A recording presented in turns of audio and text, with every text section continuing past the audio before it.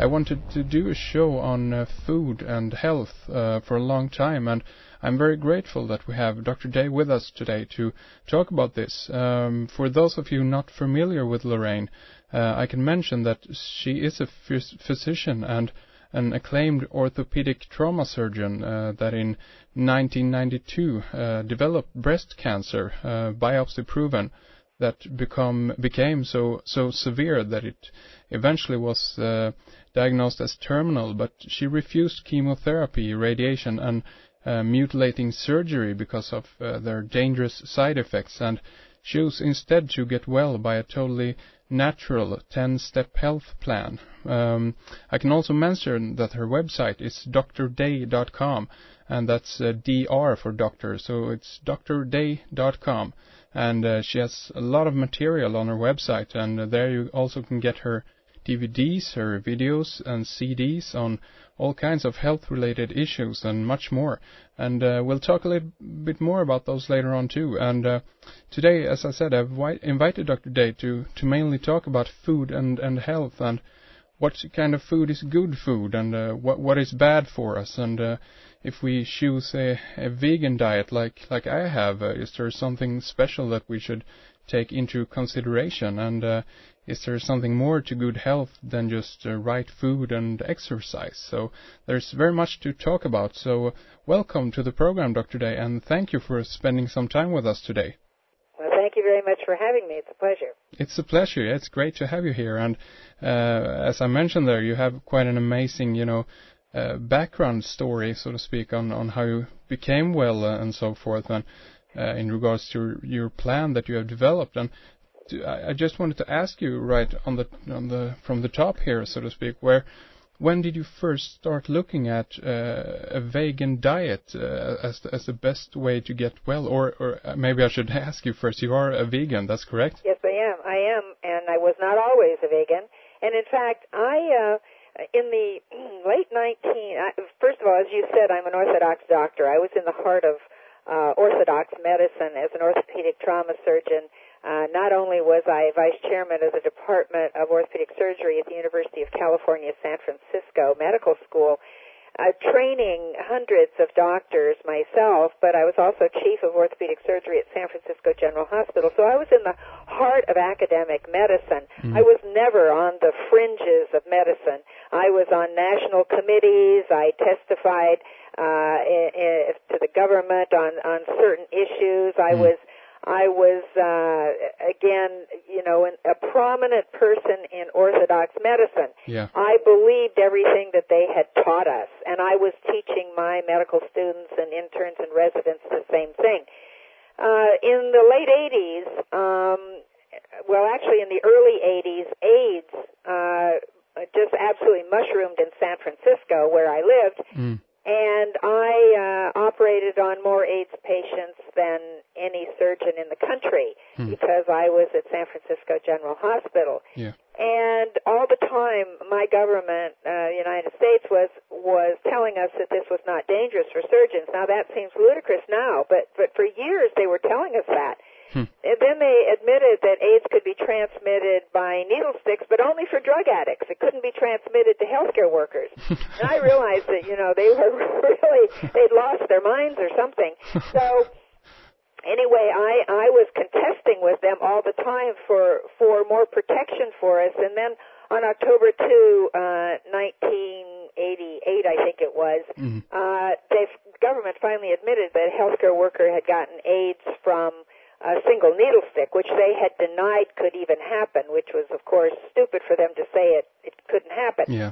But at that point, I started, I got on the warpath, and I was invited to be on a number of television shows in America and Australia and England and various other places, other countries around the world, because I had so much experience with operating on AIDS patients and all the risks that we were taking. So it was during that time that good folks out there in radio land started writing to me, and I realized there was a big cover up in the AIDS epidemic, which there still is, by the way. And so I started exposing this, and they wrote to me and they said, you think there's a big cover-up in AIDS, and there is, but you should see the big cover up in cancer cures. Well, I was stunned because I thought, oh, this can't be. Here I am high up in medicine, and how could anybody know this if I don't know this, you see? Yeah. But I decided that I would look into it because I had been so shocked with the huge government cover-up in AIDS and organized medicine cover-up in AIDS, too. So I started looking into it. Now, I didn't know at that time that I had cancer, but I found out, indeed, that there's a huge cover-up in cancer. And so I started going around the country investigating people who had gotten well from cancer, who had had biopsies by legitimate surgeons in legitimate hospitals, and so the diagnosis was secure. I'm talking about pancreatic cancer and liver cancer that are virtually 100% fatal with orthodox techniques. And here these people were alive 12 and 14 years later and healthy, and they'd never had chemo or radiation, and I was really shocked. And I started a radio program called Truth Serum where I was interviewing a number of alternative doctors. It was during this time that I found out that I had cancer. And so one thing I found out common in all the people who had gotten well is they all went on a vegan diet. All right? Yeah. Excellent. So I knew that this was an extremely important thing to do. And I can tell you, I didn't learn this from medicine. I learned this from good people out there who are just plain folks. Yeah, exactly. They know more than doctors, I tell you. And so I went on a vegan diet, and a vegan diet was the right kind of diet. But it's not enough by itself to cure you of cancer or other serious diseases. But that's all I knew how to do. But I did that, and I refused chemotherapy and radiation. But in about 9 months, my tumor returned in the same spot. All right? So, sure. So what I happened? thought, I don't know what else to do. I don't know what else. That's all I know how to do, and here it's obviously not enough. But I didn't change from the vegan diet. I kept on that. But then I started trying one alternative after another. And I talk about this on my videos and DVDs. I tried over 40 different types of alternative therapies. In fact, I have a DVD called Sorting Through the Maze of Alternative Medicine, What Works, What Doesn't, and Why, where I discuss over 60 different types of alternative therapies, over 40 of which I tried myself.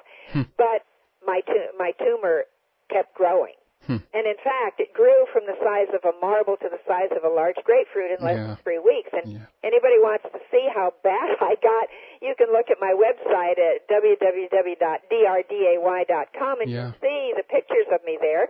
And I was getting sicker and sicker and sicker, not knowing what to do. None of these alternatives worked. All right? So I was sick for 2 years, getting worse all the time. For 6 months I was bedridden, and at one point I was not expected to live through the night. I still refused chemo radiation. I still refused to go to the hospital, even though my husband at the time recognized that I was dying that particular night and said, you've got to go to the hospital. I said, I'm not going. Because I knew they would give me drugs, and I knew I had so little life left in me that I would die. And besides that, I knew that drugs do not make you well. Drugs never cure disease. Drugs all have side effects, and they cover up the symptoms. But frequently, the reason I refused chemotherapy and radiation is that as an Orthodox doctor, I had sent many people referred them for chemotherapy and radiation, and I have to admit that publicly now and say how sorry I am, but I didn't know any better. And so I saw too many thousands of patients die from the treatment, not the disease, the treatment that we gave them. You cannot take a person who is already sick with cancer or some other disease and give them poisons and expect them to get well. No, of course not. That's why patients with undergoing chemotherapy and radiation, their hair falls out and they vomit their guts out because it's poison. You see, you cannot get people well that way. And so I changed to a totally vegan diet. But as I said, I realized there were other things that were important. Now, if you want to just talk about food today, we can talk about that.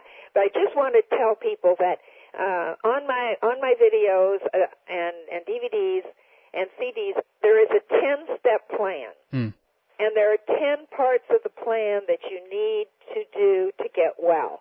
Food is one part. It is a very necessary part, but it's only one part of the 10-step plan. By the way, the plan I use to get well is totally free, except for food, and you have to buy that anyway unless you grow your own, and it's still free, right? The whole plan is totally free. It costs nothing. Everybody can get well from every disease. Now you'll say, oh, well, you had breast cancer, and I have stomach cancer. Doesn't matter. Cancer is cancer. It's all caused by the same three things: malnutrition, dehydration, and stress. Those are the causes of all disease.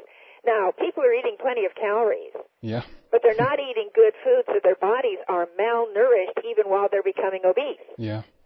So you've got to eat the right kind of food. And then malnutrition, dehydration, and stress. Dehydration, our body loses 10 glasses of water every day just by living. Not even when it's hot, not even when you're working hard. It's much more when you're doing that. It is 10 glasses a day if you're just getting up out of bed and sitting around. All right? If you don't replace those water losses, your body becomes dehydrated. And most of the water that is lost, 66% of it comes from inside the cells. Now, so the cells then can't work properly, you see? And the body is 75% water. The brain is 85% water. All of the nerve, all of the transmission of impulses in your brain, so you can think, are transmitted from one nerve cell to another on waterways. If you don't have enough water, you start getting Alzheimer's. Interestingly enough, Alzheimer's is associated with brain shrinkage. Well, the reason the brain shrinks is because people don't have enough water. And because they're drinking coffee and alcohol and caffeinated soda, all of which are diuretics that take more water out of your body than come in with a drink. You see? So so malnutrition, dehydration, and then the third thing is stress.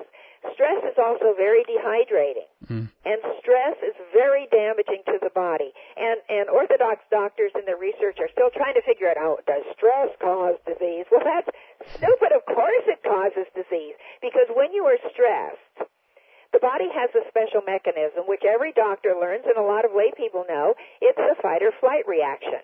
That's the answer for, you've heard all sorts of stories about if a child gets caught under a car, mothers have actually had enough strength to lift the car off the child. Well, that is because of the fight-or-flight reaction. Your body pours out huge amounts of adrenaline, which hype you up, and they'll pour out cortisone from your adrenal glands as well, which helps dull pain. But it's supposed to be a short-term thing. Like if you run from a bear or lift the car off your child or something like that. But as soon as that's over, then your body needs to recover and build more adrenaline and let the body rest. But when people are stressed, that mechanism is going on all the time. You see, and it's going on if it's job stress or home stress or whatever stress it is, or stress about the world affairs. And so that mechanism is going on all the time, and it's very damaging to the body when it goes on all the time. Indeed. Yeah, and it seems like all of these things that you mention here are things that are, at least in the Western world, rampant. People go on, meat and coffee, and then a lot of stress on that. I mean, it's is this but, in 1850 in America, the average amount of soda that was being consumed per person was 1.5 8-ounce cans or jars of soda in 1850. By the late 1980s, that had increased. That was per year, not per day, per year. 1.5 cans per year per person. By the late 1980s, it was 500. All right? God. Now the average 11 to 17-year-old drinks something like 64 gallons of caffeinated soda a year. My right? God, now, just to give you an idea, a small cup of coffee, like we used to have 30, 40 years ago, was about 6 ounces. And it had like 30 milligrams of caffeine. It is estimated that in one 12-ounce cup of Starbucks coffee, there's 190 milligrams of caffeine. how caffeine is not only dehydrating to the body, it's neurotoxic. It means it destroys, damages nerve cells. Yeah. Plus, it causes the reason it hypes you up is it causes the adrenal glands to pour out adrenaline. Yeah, yeah. Then you have to pay up that debt. But what people do is they get tired, then they go get another big cup of coffee, and then, of course, it's added. Sugar is added to it, and cream, and